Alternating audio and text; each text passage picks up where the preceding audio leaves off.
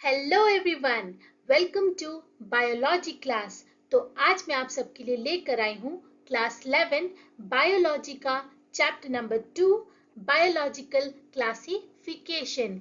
हमने अपने last videos में किया है virus and viroids. I hope आप सबने वीडियोस को देखा है और कॉन्सेप्ट को अच्छे से समझा है। तो चलिए आज हम पढ़ेंगे इस चैप्टर का लास्ट सेगमेंट जो है prions and lichens। वीडियो होगा शॉर्ट एंड इजी। तो चलिए बिना देर किए शुरू करते हैं। Let's bio it.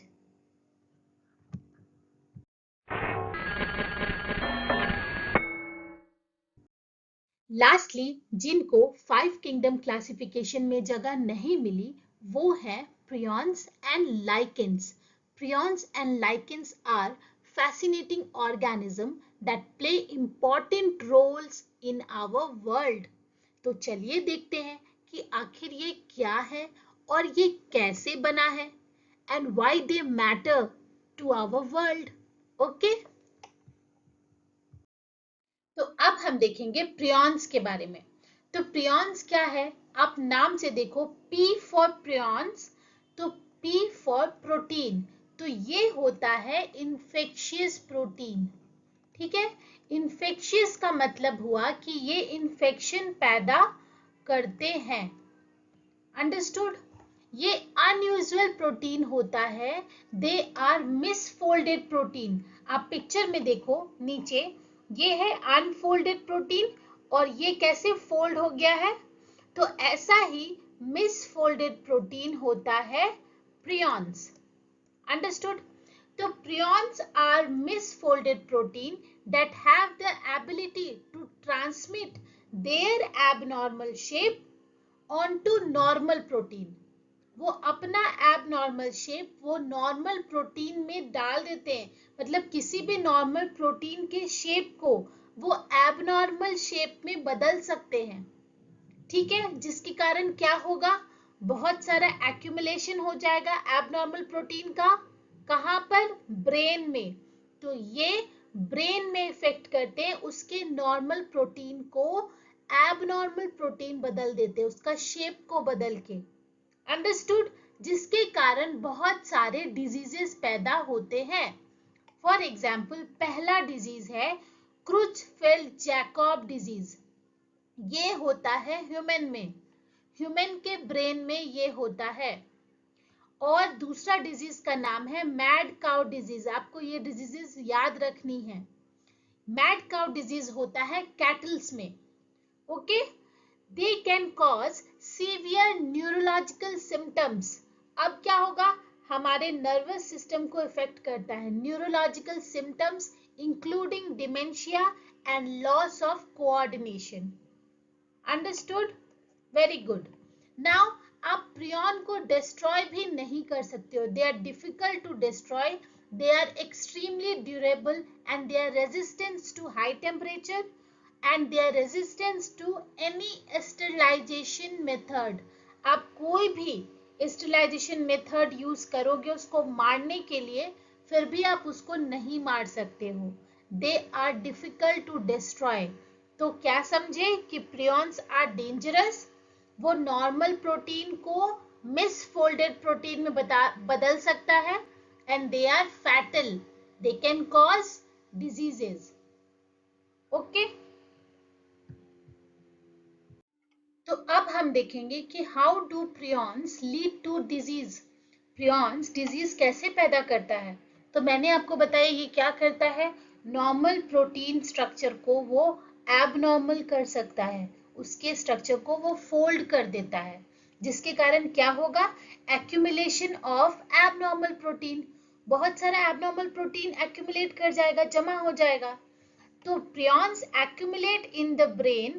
प्रियॉन्स हो गया एबनॉर्मल प्रोटीन, तो प्रियॉन्स जाके ब्रेन में एक्यूमुलेट करता है, जिसके कारण क्लम्प्स बन जाएंगे एबनॉर्मल प्रोटीन का, और जो डैमेज करेगा एंड इवेंचुअली किल कर देगा, मार देगा हमारे न्यूरॉन्स को। तो इस तरह से वो डिजीज पैदा करते हैं। अब क्या होगा, propagation of misfolded protein.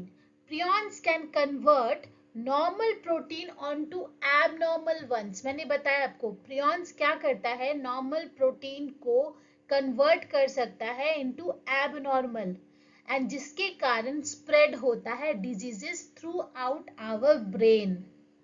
Okay, now one more important thing is that prions are hard to detect, क्योंकि प्रियॉन्स कोई भी इम्यून रिस्पॉन्स नहीं दिखाते। जैसे अगर प्रियॉन्स आपको इफेक्ट किया आपके ब्रेन को, तो आपको कुछ भी जैसे सर्दी खांसी बुखार ऐसा कोई भी इम्यून रिस्पॉन्स नहीं दिखाएगा आपका बॉडी।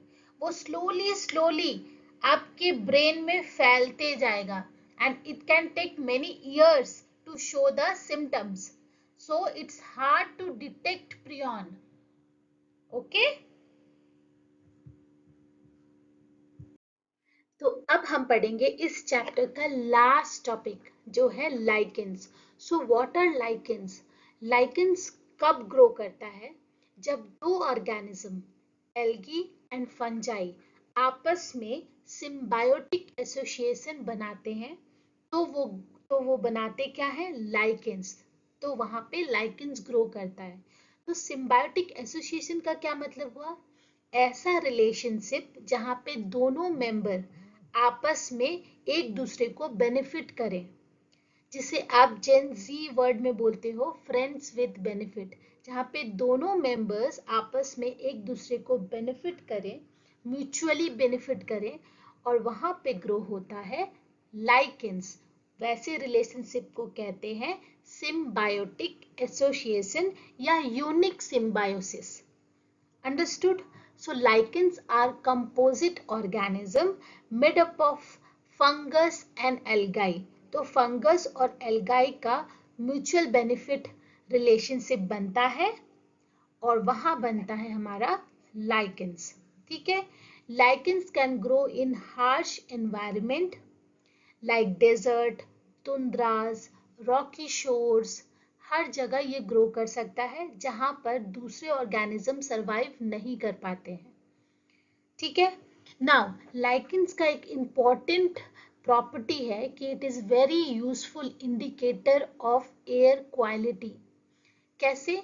जहां पे एयर पोल्यूशन होगा वहां पे लाइकेंस सरवाइव नहीं करते हैं, इसीलिए lichens are very sensible to air pollution. इसीलिए it is a useful indicator of air quality. ये बता देंगे कि यहाँ का एयर का क्वालिटी अच्छा नहीं है। अंडरस्टूड? गुड। तो मैंने आपको बताया कि लाइकेंस कैसे बनता है। जब दो ऑर्गेनिज्म एल्गी और फंजाई आपस में सिम्बायोटिक एसोसिएशन करते हैं, मतलब म्यूचुअली बेनिफिट रिलेशनशिप में आते हैं, तो लाइकेंस बनता है। ठीक है, तो यहाँ पे जो फंगल पार्टनर है, मतलब जो फंजाई है, वो उसे कहते हैं माइकोबायोन्ट। क्या कहते हैं? माइकोबायोन्ट। इसको याद रखिएगा, फंगल पार्टनर को कहते हैं माइकोबायोन्ट, और अलगल पार्टनर को कहते हैं फाइकोबायोन्ट।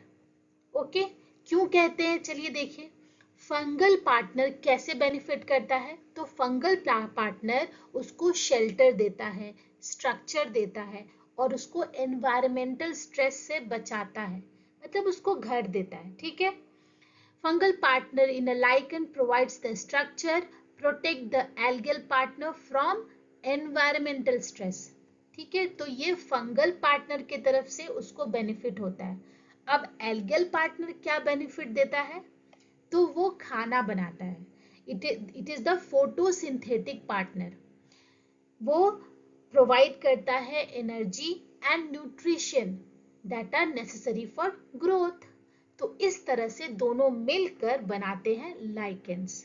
ठीक है, लाइकेंस जो होता है वो वैरायटी ऑफ इंटरेस्टिंग कंपाउंड बनाने में हेल्प करते हैं, including pigments, antibiotics and enzymes. ठीक है, तो इस दोनों का जो केमिस्ट्री है, unique chemistry of fungal partner and algal partner, उससे बहुत सारे यूजफुल कंपाउंड्स भी बनते हैं, जैसे पिगमेंट, एंटीबायोटिक एंड एंजाइम्स। समझ में आई बात? So mycobiont is fungal partner and phycobiont is algal partner. तो अब हम देखेंगे कि लाइकेंस का क्या इंपॉर्टेंस है हमारे एनवायरनमेंट में, ठीक है। Importance of lichens in the environment. तो पहला पॉइंट है कि ये एक्ट करता है as a biodiversity. These are an important component of many ecosystem and contribute to a diverse range of species, ठीक है। दूसरा बात कि मैंने आपको बताया they are used in many traditional medicine and can be used as a natural dye and food source, okay. So इसको sustainability भी बोलते हैं। Next, it is also useful for ecological research. जैसे मैंने बताया कि lichens are used as indicator of air pollution, forest health and climate change. So lichens are very important for our environment. तो चलिए एक बार रिवाइज कर लेते हैं हमने क्या क्या पढ़ा। पहले हमने पढ़ा प्रियॉन। प्रियॉन्स क्या होते हैं? तो प्रियॉन्स आर मिसफोल्डेड प्रोटीन। मैंने बताया ये मिसफोल्डेड प्रोटीन है जो नॉर्मल प्रोटीन को भी उसके शेप को बदल सकता है, और ये एक्यूमुलेट हो जाता है कहाँ पे है? ब्रेन में। ब्रेन में एक्यूमुलेट होके बहुत सारे डिजीजेस पैदा करता है। They can damage our neurons, okay? So these are misfolded protein that can cause disease by accumulating in the brain and damaging neurons. Lichens क्या होते हैं? Lichens are composite organism जो कैसे बनता है? By the symbiotic association of algae and fungi, and it play an important role in the environment, ठीक है। Now why they matter? Because both prions and lichens are fascinating and they are the important organism that have many practical application in our world. Understood? I hope आपको topics अच्छे से clear हुए होंगे। अगर हुए हैं तो do leave a like and subscribe for my channel for more videos. आप कमेंट सेक्शन में मुझसे डाउट पूछ सकते हो, और साथ ही साथ अगर आपको नोट्स के पीडीएफ चाहिए तो आप वो भी मुझे बता सकते हो। Till then keep watching biology class. Let's bio it.